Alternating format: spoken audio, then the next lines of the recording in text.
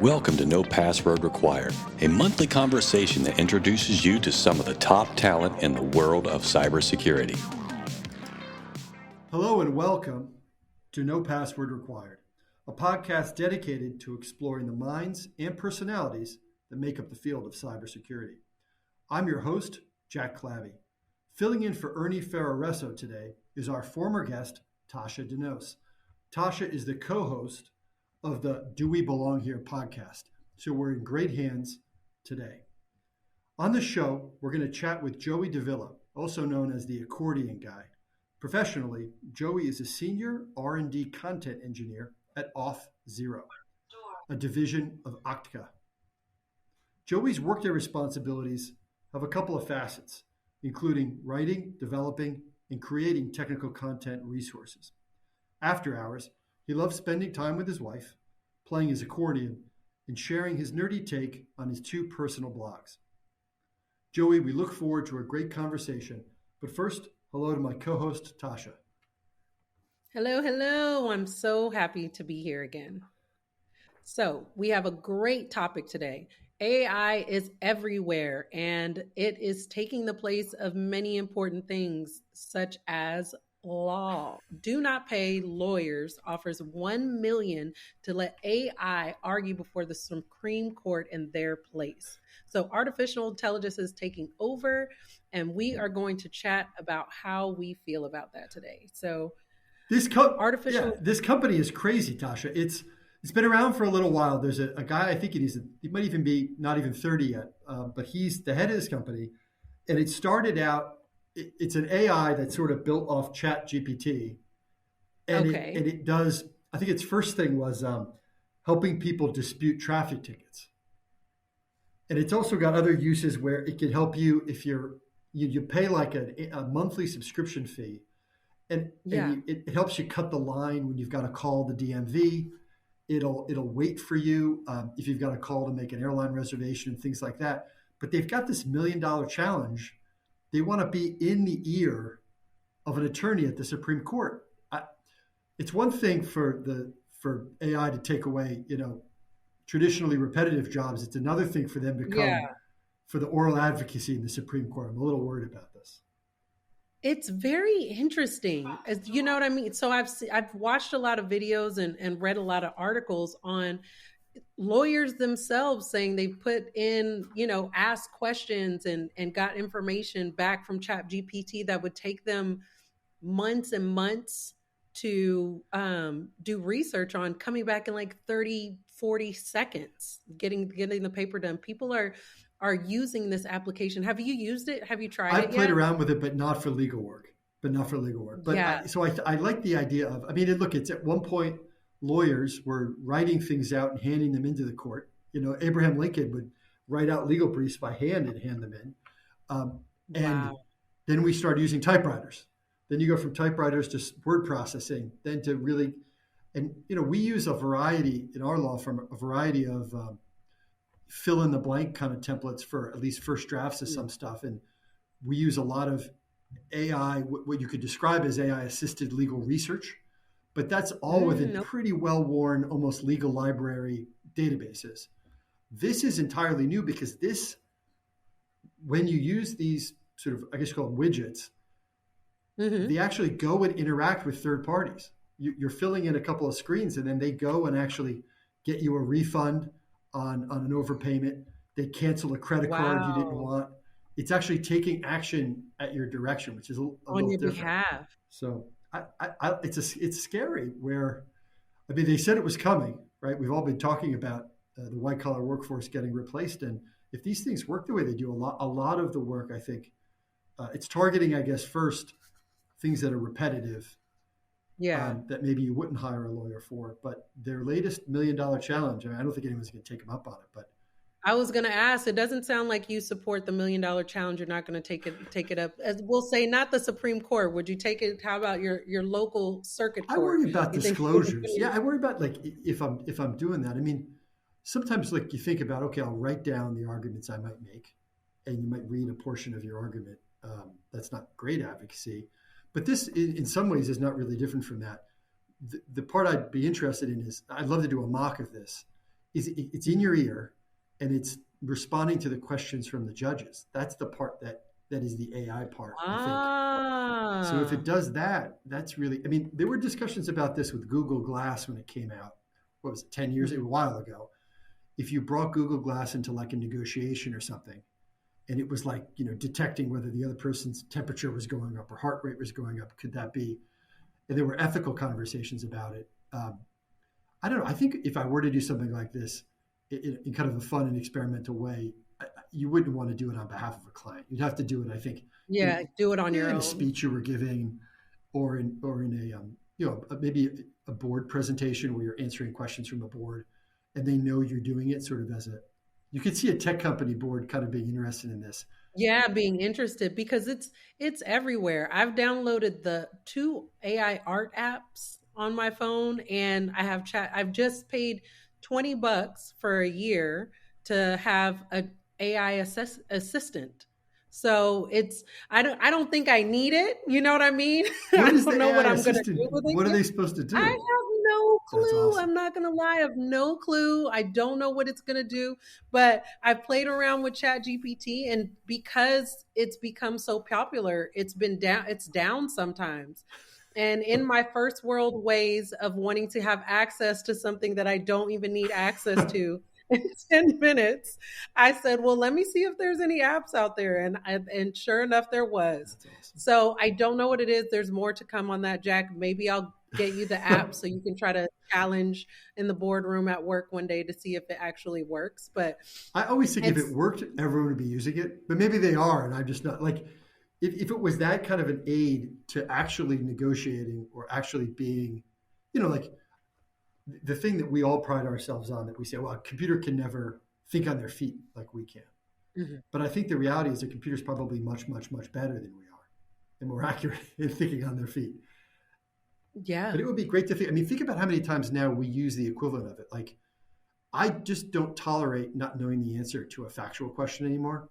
Like if someone asks me, like, who won the World Series in 2010, I will immediately look it up on my phone.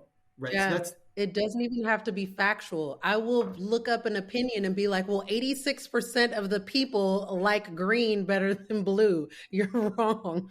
There's no, I'm on the same page as you. You need the way we're addicted to having instant access is so interesting. So if somebody could prompt me and if my phone knows that I'm going to ask it, so if it's, let's say I turn my phone on so it's always listening, and it knows that anytime I ask a fact question and I don't know the answer, if it just popped it up immediately and I might glance at it, it would save me the step of asking it. In a lot of ways, like, I think that's what these sort of AI chat-based programs are doing. It's anticipating likely questions and then giving the answer. It just cuts all the steps out. I think you can see it from just an architecture standpoint being really effective. What's the joke? Like the only thing worse than an AI the only thing worse than a driverless car is all other drivers. Because there's accidents with AI, but it's like so much less than with a distracted so much better human, than it's who's smoking a vape pen and texting while trying to drive a giant car. Exactly. I think the key is what I've been talking, I think one, people aren't using it because they don't understand it and they don't know that it's as available as it is. What I talk to my friends that people are scared of it as well. Yeah. So I think the key is it's not going to go anywhere. It's just going to get bigger. I think we've got to figure out if jobs are going to be replaced, what is the new thing that we're going to do for ourselves to make ourselves as a human being important in a space where you might not be. Right. That's the equity issue. It was supposed to be that technology would come. This is a deeper thought than we can unpack, but like the idea that technology was supposed to make our lives ones of leisure. Instead, it's just making people unemployed. So and uncomfortable. So I think for our audience listening, it sounds like keep doing what you're doing, because with AI and chatbots, they're always going to need people to build and design them, program them, troubleshoot them, sell them, fix them, it's the jobs they're taking. When we get AI building AI, then of course, it's all over. But so until that comes, I think. Jack just made my chest tight. It was sounding so good. Right, but eventually they'll all just be servicing themselves. It'll be like a Terminator situation. It'll be a Skynet situation. But until then, DoNotPay says that they can get you out of some bills. So kind of a cool thing. We'll have to keep an eye on it. I did take a look. Part of me thought, what is the sort of legal ethics of this? And I don't have an opinion on that, but I did take a look at the terms and conditions on the website, which is usually where you put out there the legal relationship between the users on the one hand and the company on the other. And they have essentially, they say they're not a law firm and they're a platform for legal information and self-help. So they're basically saying, even though they're advertising, I think it says in a couple of places, the AI law firm or things like that, they are clearly disclaiming that they are a law firm. So maybe they can do a lot of these things. I think if you're in a courtroom situation though, and it's only the AI talking through the lawyer, that carries some closer questions. So the legal ethics are ever evolving. So I think they're going to have to come up with some kind of response to this. And there was some fooling around with it back when Google Glass was out, but I got to go maybe dust off what those articles said back then. We've had a lull in this kind of thinking for a while in the long. Yeah, I think that's there's a lot going on with it because I read once that recently there's a gentleman that created an AI children's book.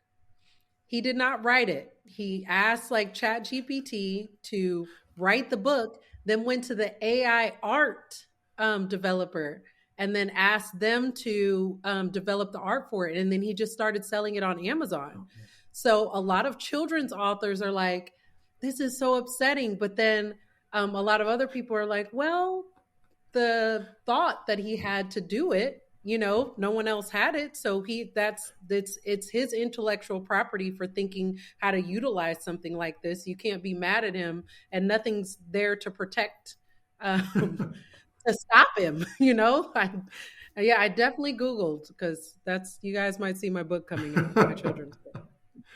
I could finally get my book about dinosaurs going to the moon that I've been wanting, See? I like that idea of even not for like big consumption, but if like a kid has a crazy idea about like a story, just using the chat module to create it, is kind of neat, or if you have an idea for, I want AI created music. Right. So, we'll be asking, I think, a good question later on about to our guest about the rock band that they would want to form. But you can imagine, I want a rock band that has, this guy on drums, this woman singing, and this person playing the guitar, and I want a 3.5-minute single. Right. At some point, you're going to get that, and it's going to be pretty neat to see, what it would be like to see. To see all these kind of famous styles being mixed together. And maybe that's already happening. If one of our listeners knows about it, send us a message that'd be on awesome. the website. Well, with that being said, we're going to take a quick break. And when we return, we are going to talk to Joey deVilla about his passion for making his local community a nerd haven. Looking for more no password required content? Follow us on Twitter, Instagram, Facebook, and LinkedIn at NoPasswordPod. Welcome back. Our guest today is Joey deVilla, a complete badass on the accordion and the Senior Research and Development Content Engineer at Auth-Zero. Joey, welcome to the No Password Required podcast. Glad to be here. Can you just tell us a little bit about your career path, how it led you to your current position at Auth-Zero? Sure. It's a series of accidents, actually. I was doing a very extended Van Wilder-esque university career. So about 7 years into a 4-year degree. And I was a DJ at the campus engineering pub, Queen's University in Canada. And I was broadcasting some, while I was playing tunes, I had some video wallpaper on the screen, and it was from this multimedia company in Toronto, just some some videos showing their work, because it was kind of fascinating to look at while you're on the dance floor. And somebody came up to me and said, I know those people, they're hiring. And so I took a train to Toronto the next day to interview with them. And I said, you have to give me a job. I want to do multimedia. I don't want to do mainframe programming for banks, which was probably the biggest opportunity at the time during the pre-web era. And after a few job interviews, which was mostly hanging out with them for beer at several Toronto pubs, they decided to hire me. And from there, it's just been a series of accidents. What happened a little bit later on was that I was working at a little consultancy, and a friend of mine, Cory Doctorow, sci-fi author and also EFF spokesmodel, actually said, "Hey, you know what? Do you want to work on electronic gift certificates, or do you want to change the world? I'm starting a startup." And this was late 1999, and I said, "I want to start the startup." And so I joined his company. They sent me to Linux World Expo to gather some information. And while I was there, I brought my accordion with me. And I was hanging out with the Slashdot people. And there were some CNN people wandering around. And I just decided to leap in front of the cameras and just play a number. Managed to parlay that into an interview. And by the time I got back to Toronto to report to the office, they said, "We saw the interview. From now on, you are doing developer relations." And since then, I've either been doing making software or talking to people who make software doing developer relations. Auth-Zero was a very lucky break. It happened when my job working at a company here in Tampa evaporated. Because of COVID, they had to lay off half the staff, and I stumbled across the ad for Auth-Zero, and they were looking for a developer relations person, and I went through the interview process, and it worked out really well. And here I am. Basically, they've changed my title. It is now Senior Developer Advocate. I am at the Auth-Zero part of Okta. So Okta and Auth-Zero used to be competitors in the same space, but doing very different stuff. It all boils down to authentication and authorization, or login as a service. You really should not be building your own login anymore because of the security arms race. It's always you make a move, bad parties make a counter move, and so on. So it's basically my job to show people how to use our services to control access and permissions in their applications, particularly mobile and IoT. So I like to call my job strange new platforms. Yeah, what are some of the ones that, like, on the IoT side, what are some of the ones that are challenging or that you found interesting on that side? Well, for the most part, it's largely been Raspberry Pi based things, and we've been talking about, and it's largely talking about using the Raspberry Pi as a front end to talk to some kind of service that you have to get permission to access. So one article that I tech edited and helped put together was one where you would have this bathroom mirror with a Raspberry Pi in it. It's one of those mirrors that you can slightly see through. So there's a monitor behind it. So while you're shaving or doing your hair or your makeup, you can catch the news or see bulletins because this little screen behind the mirror is flashing you updates. So you can get your text messages that way. So it's a smart mirror. It is a goofy thing right now, but I figure, 50 years from now, people will complain when they don't have a smart mirror in their hotel room or their own bathroom. The Raspberry Pi now, it's used for so many different kind of cool things. My son goes to a little coding camp, and they have just a bucket of Raspberry Pis where they've lost the password for them, and they're just waiting for someone to come and claim them. Which is it's a decent sized piece of technology for to just lose the password for, but they've got a little bucket. Is this yours? And where's the password? So I like the idea of working with that and making that a little bit easier to use.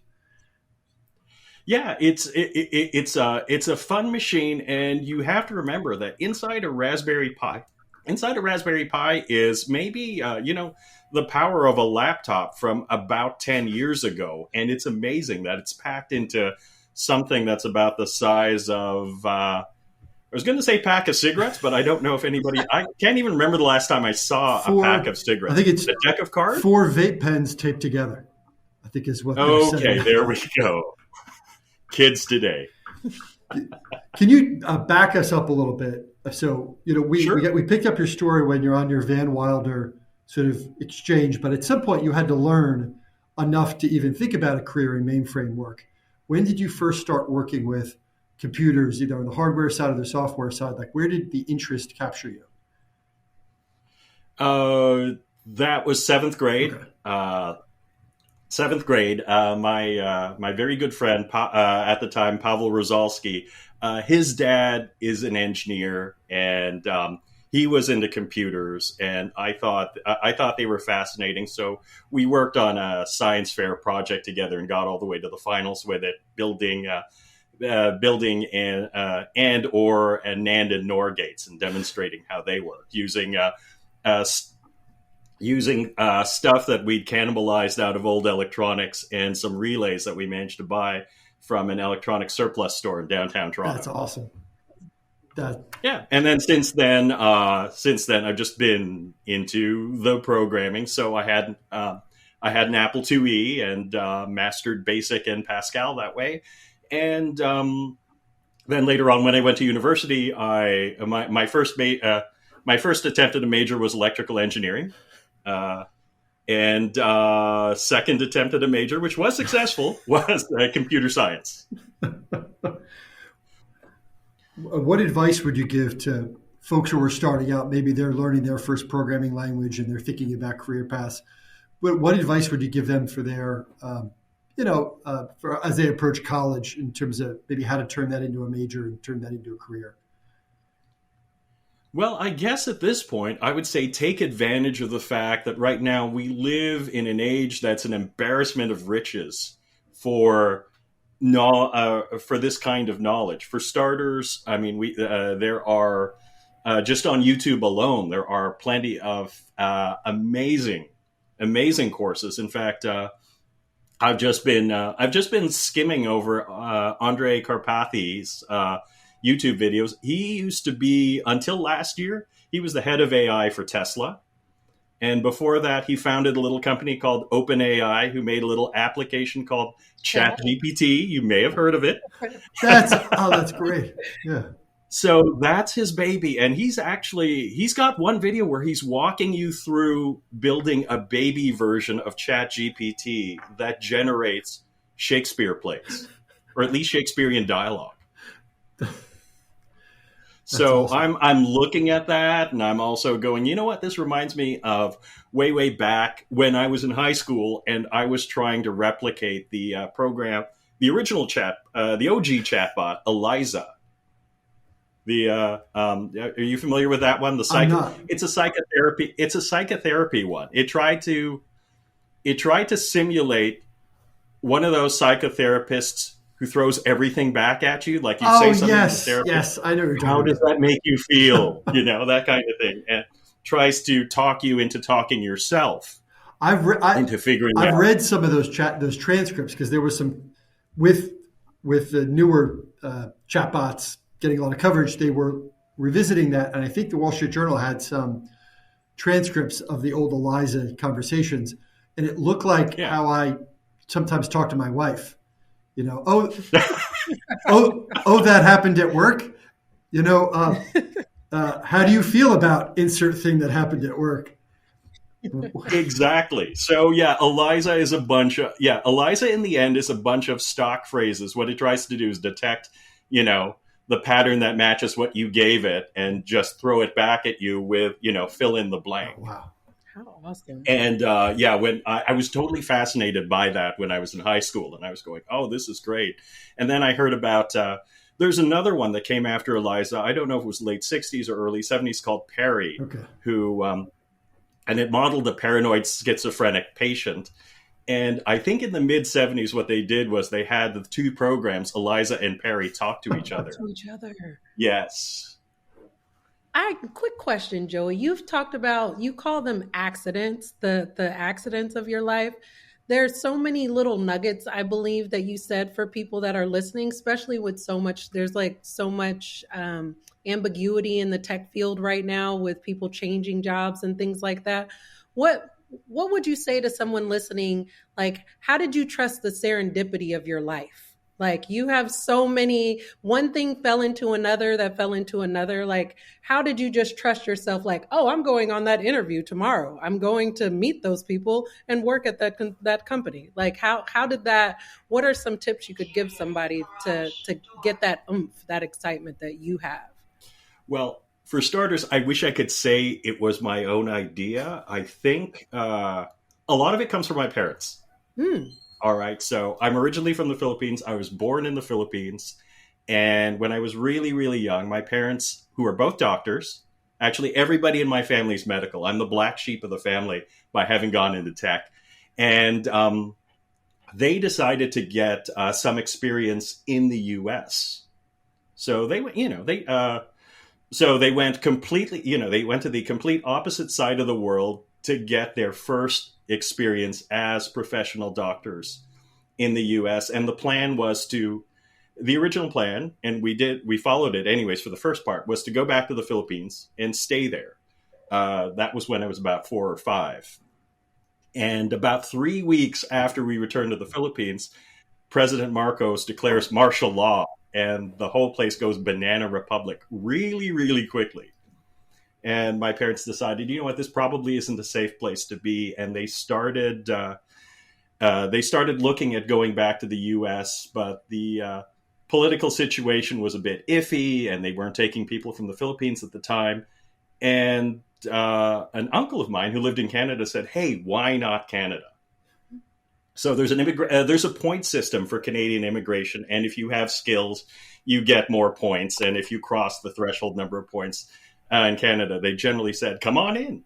And that's what we did. So like from age 7 and up, I lived in Canada until about 2014. Yeah, 2014 when I moved here to Tampa. Nice. So a lot of it just comes from my parents. Sometimes they just encouraged me to go for it, and then I've just learned, and just from watching friends who did. Yeah, it's the friends. My happiest friends are the ones who went for it. That's a T-shirt. Yeah. Somebody should design that. We should go to Teespring and go make that up. Yeah, I like it. So and ever since then, I have it's just become clear to me for simply, but a lot of good things happen simply by showing up. To borrow a really geeky or mathematic term, you know what, you are expanding your luck surface area by going out there, by showing up, by trying the new thing. Is there? I mean, well, we're very glad that you've joined us in the Tampa Bay area. So that's our benefit. We know that you're pretty active in making your local community, wherever you might be, a really good place for techies. Can you just kind of describe for us some of the things that you do to do that here in Tampa Bay? Some of the things that you do or what you've observed in the tech community here? Okay. Well, the big one probably is the Tampa Bay Tech Events list. And that was originally a job search tactic more than anything. So I just wanted to be able to say, hey, in an interview, among other things, I happen to produce the list of tech and nerd events in Tampa Bay. So that was basically it. Because I was, I think I was one of the job categories I was going for was a developer advocate of some kind. So I figured, what better way than to actually have some something that I can point them to, going, see, this is me advocating and representing to developers. How did the pandemic change that? I mean, it was a good thing going, and then the pandemic changed it. Are we done with that? How did it affect it? And then, do you think are people meeting again in person? Well, for the pandemic, a lot of events went online, and I specifically modified the list. So I was going, look, you know what, for safety's sake, I'm only showing online events. But I think it helped it a lot, because what happened was people being stuck at home, and they'd seen all the episodes of Tiger King by that point. We're looking for something to do. Remember Tiger King? Like, that was such a huge thing. And then I haven't thought about it probably in 18 months. It was yeah, never forget Carol Baskin. Right? Never forget it. Never forget. Well, the thing is, I live a block away from one of the dramatization scenes. So the neon sign Alpine Liquor, when Carol Baskin is walking on Nebraska at 3 a.m, trying to clear her head, and when she meets her first husband, they reenacted it at Alpine Liquor. In Seminole Heights, which that's is awesome. Walking distance from me. I remember that scene. I know exactly what you're talking about. Oh, that's awesome. Do people go and take pictures by it? They should if they haven't. Aside from me? I know one person who's done it, yeah. Okay. I have. I was kind of hoping that the pandemic would have calmed down by Halloween 2020, because I was ready to go as Joe Exotic. That was my plan. Go, just cowboy hat and a long blonde wig, and keep screaming, "Give me my gun! Give me my going to Tampa gun!" Well, we know that you do a lot of performing. Where did that passion come from? Where did your interest in performing kind of come from? Probably initially, when we have extended family gatherings, there is, after dinner, typically the talent show. The kids have to do some kind of performance. So I just got used to it. And then it was the spring of '99 when I was complaining to a friend of mine. I was going, look, I'm thinking about taking up being a street musician as a hobby. Thought it might be fun. Thought it might be a nice way to meet people. A good number of those people, hopefully women, single at the time. And I was complaining that I had no talent for the guitar, and that you can't drag a piano or synth on the street. They're either too large, or they need amps and power and things like that. And I was saying, you know what, maybe I should go to a pawn shop and get an accordion. And my friend said, I've got one in my basement. It's been sitting there for years. It's doing nothing. Take it.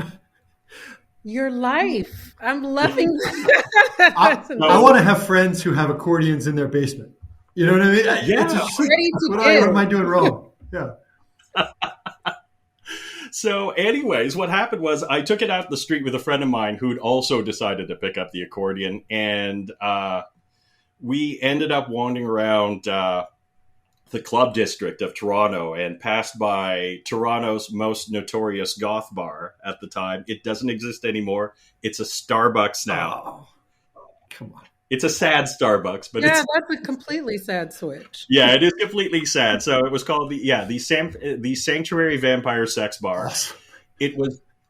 They had their doors open in the afternoon for some reason, and we just wandered in, and it turned out that they were mopping. It was a Saturday, and they were just mopping the floors of the night, and of course, the floors dry quicker with the place opened up. And it was one of the bouncers' birthdays. And he was mopping up, and he was going, "Hey, could you play Happy Birthday for me?" And we did, in a minor key, Marilyn Manson style. And that's when the DJ came out and said, "I have an idea. You guys come back tonight, play something off the Goth Top 20. We'll put you on stage. We'll mic you up. You get any applause at all, I will hook you up with all the beer you can drink." That is awesome. Do you remember what you played?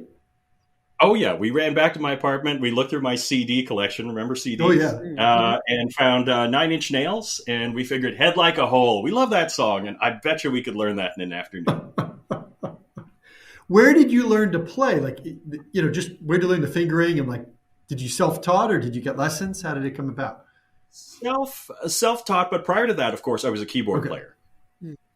And then, that's just from years of keyboard playing. I played with friends' bands, playing. And my specialty has always been playing the uncoolest instrument in the uncoolest way. So it's keyboard, the uncoolest instrument, And when I was with rock and funk bands, I played the keytar. I rather liked being freed up, and so that is the uncoolest instrument in the uncoolest way. What do you play now? Still, how do you do you get out in the public and play? Yeah, all the time. More formally, I play with a local musician, Tom Hood. He's got a ukulele band called Tom Hood and the Tropical Suns. Largely classic rock. Yeah, largely classic rock covers. And I met. I had the good fortune of meeting him at the Tampa Bay Ukulele Getaway a couple of years ago.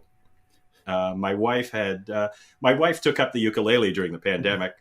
Oh, wow. And she wanted to go to this ukulele conference.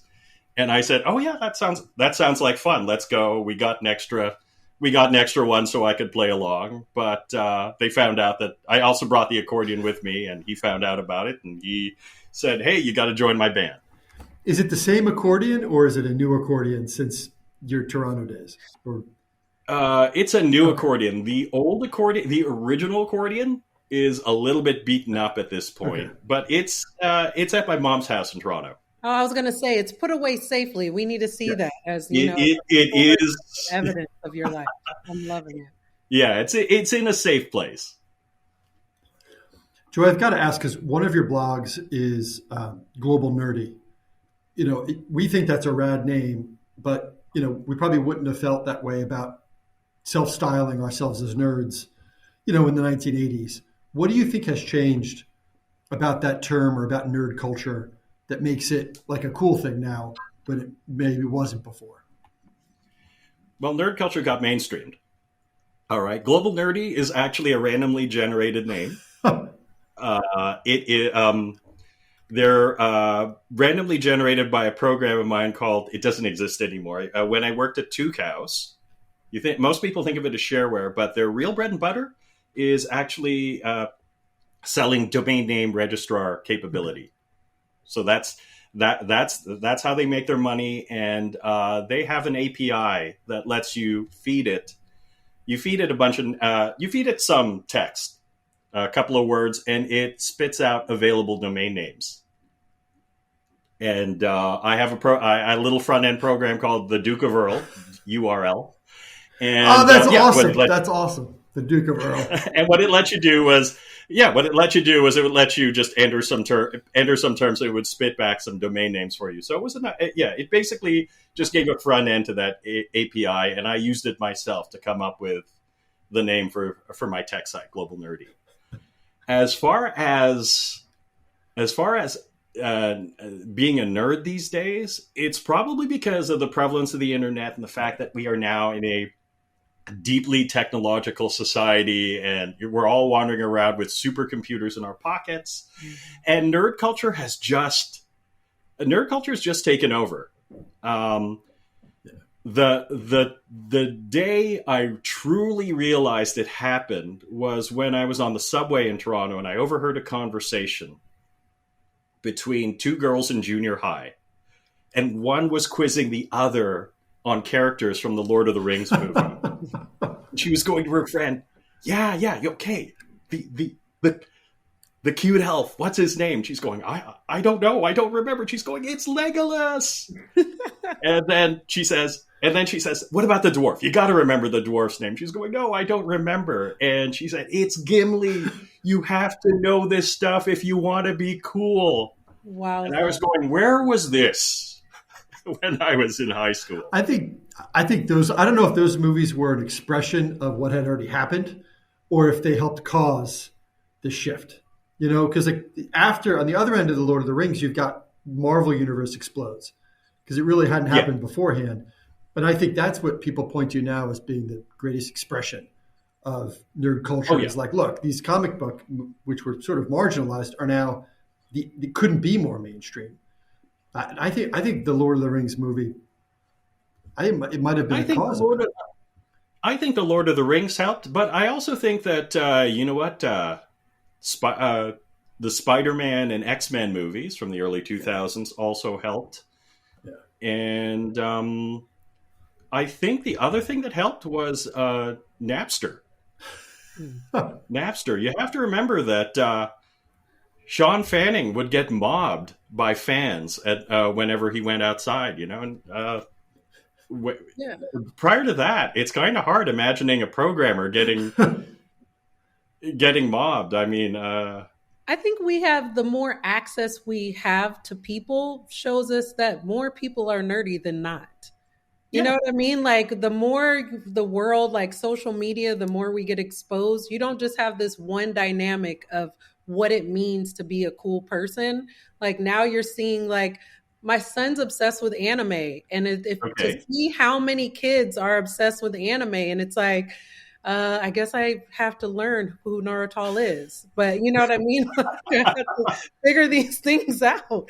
But I think it's just the more access that we have to each other that you don't have to be this one dimension person. I can like Lord of the Rings and then also have a varsity jacket on. Like there's more dimensions to my personality than they used to depict before the internet exploded.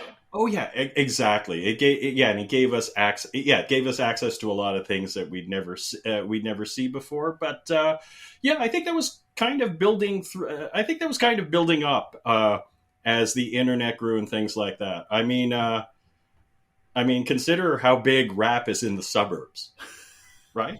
Maybe that's a good that's a good parallel to it, right? It had to get there, and that's not in a large way not different from anime becoming popular in Tampa Bay, right?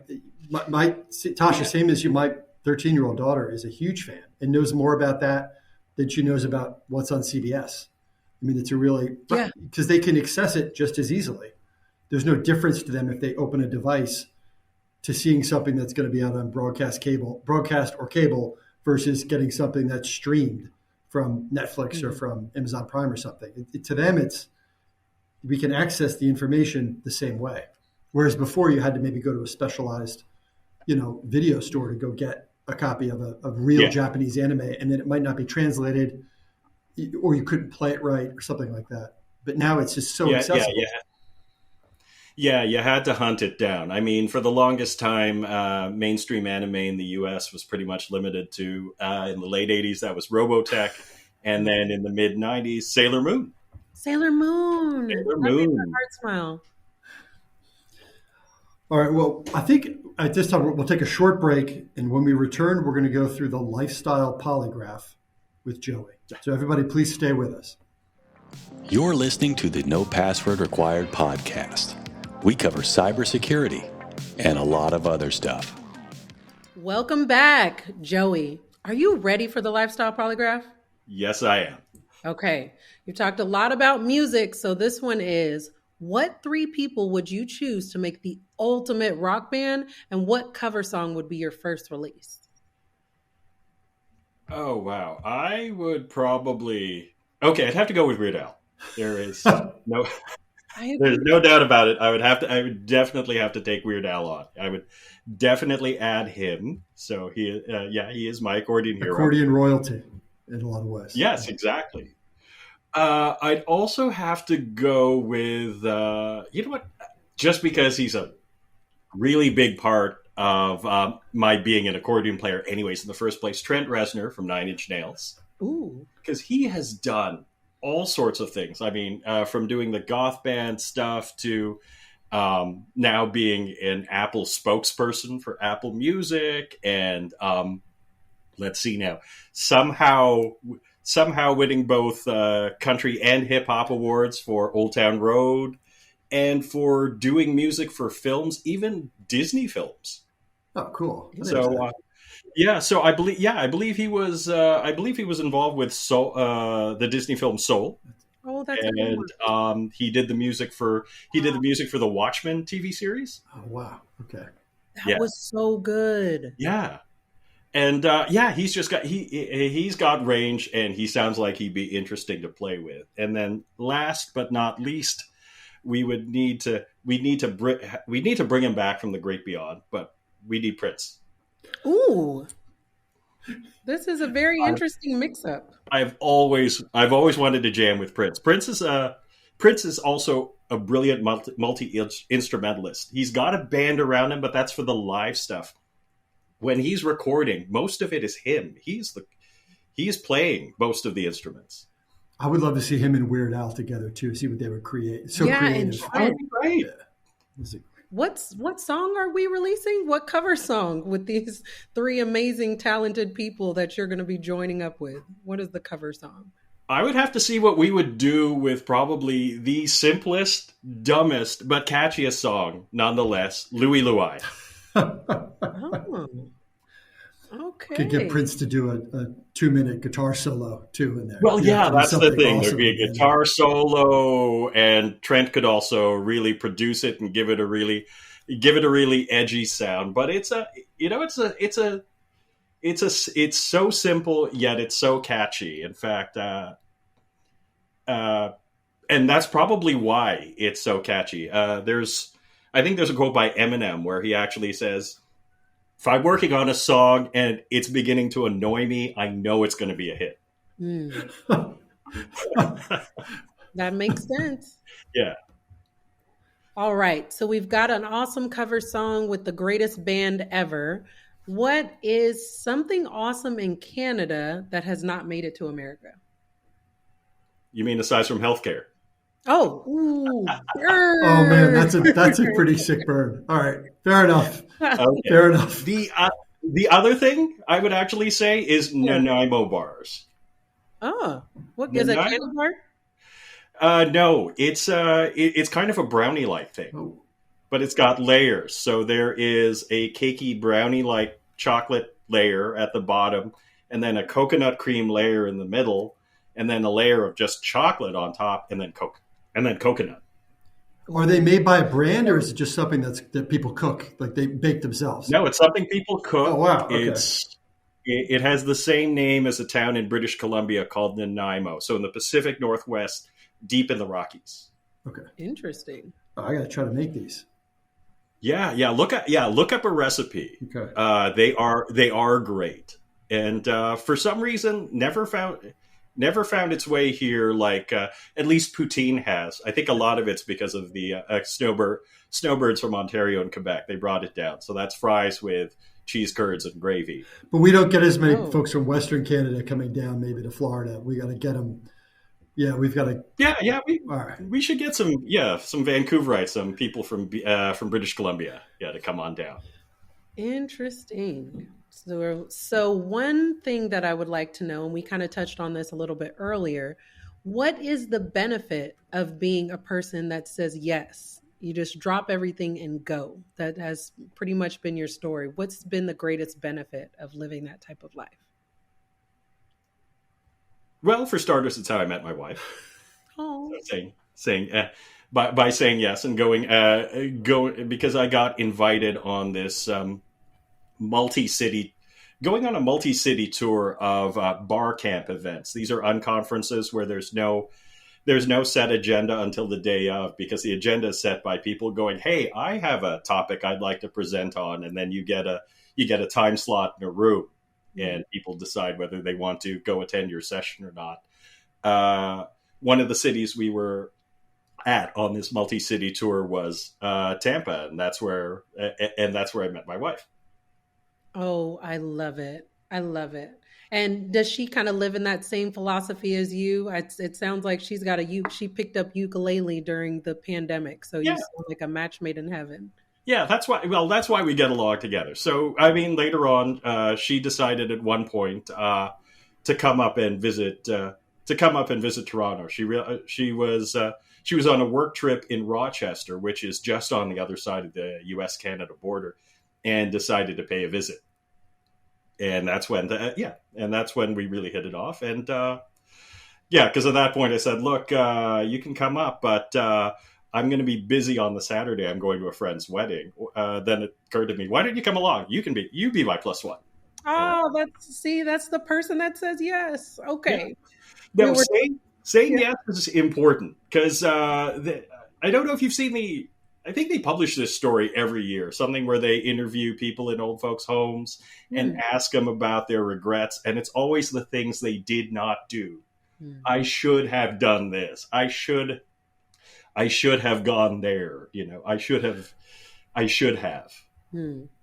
That's beautiful, You because know, that is a good model to keep in life, and you don't want to be that person that leaves that on your, in the past.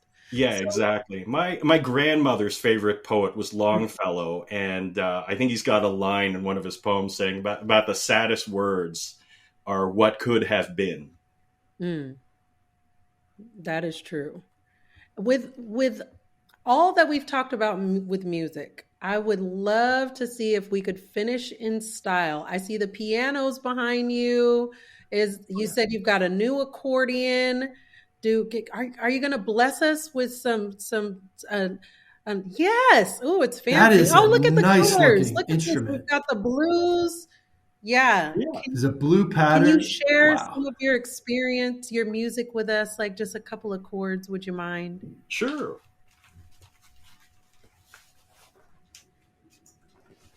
So, anyways, this is a lucky find from the Oldsmar flea market. Oh, wow.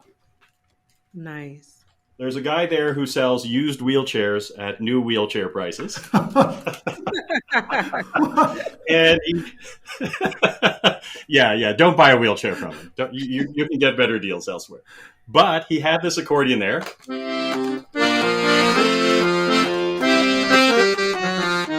Oh, it sounds great. Oh, I love it. And yeah, he had no idea what to do with it. And I said, look, $150 cash, I'll take it off your hands. And he was happy to let it go. And it's beautiful. Is that his decoration, or you spent the time and put these, cover the keys and put the love on it? Oh, no, actually, this is part of the accordion. So this is fake. Isn't that beautiful? It's plastic mother of pearl. I call it mother of toilet seat. And yeah, but it is following the traditional accordion design style. They haven't changed. They really haven't changed that much since, say, 1940. So at that point, they all sort of generally have this look like the front end of a 1950 Chevy, the grill. You have to have the grill work and that sort of thing. They haven't changed. They attempted to do it in the 60s.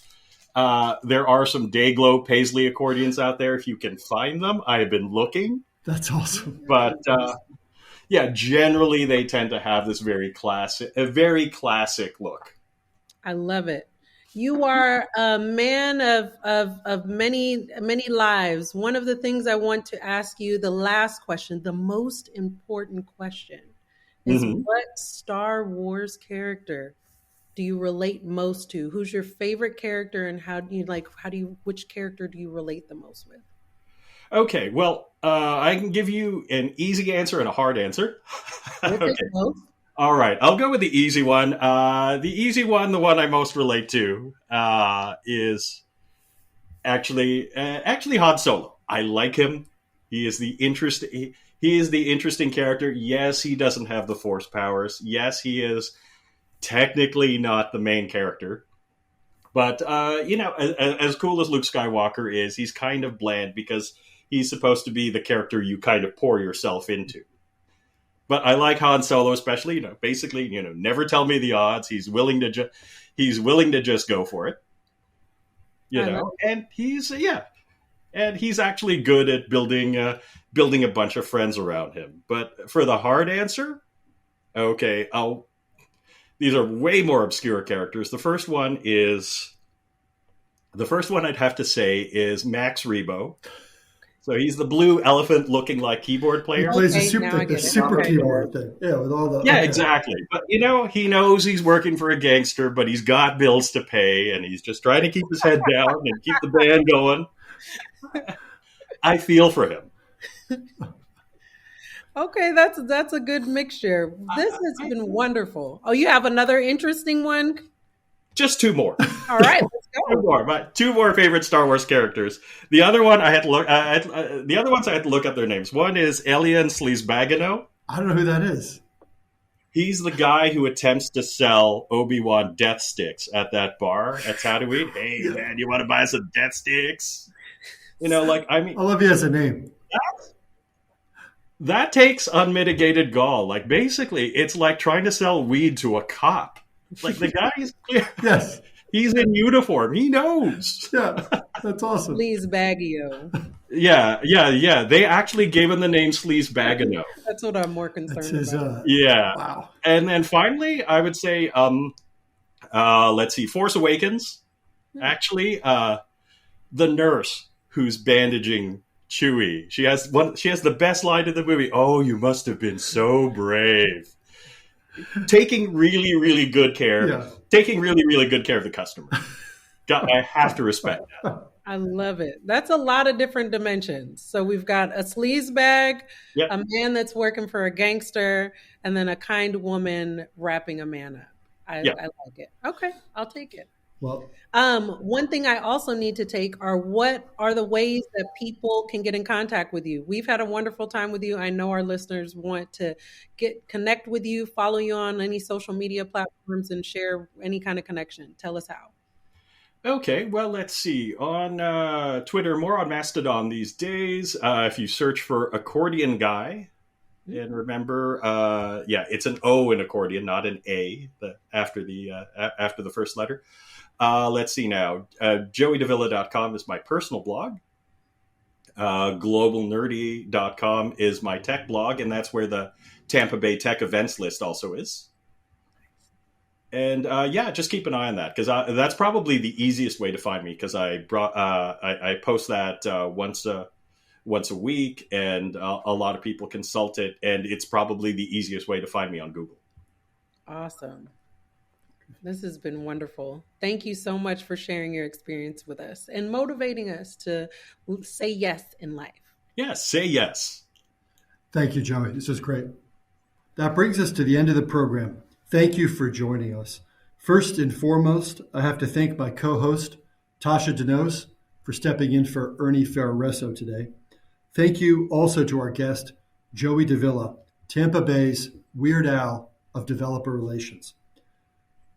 Please rate, review, and subscribe to No Password Required podcast. You can find us on social media at No Password Pod. I'm Jack Clabby. Thank you for listening, and we'll talk again soon. Thank you for listening to the No Password Required podcast. The show is produced by Cyber Florida. A special thanks goes out to our friends at Carlton Fields and Second Watch. If you would like to learn more about the show, visit our website at cyberflorida.org/pod. And if you still need more show content, check out our social media at No Password Pod.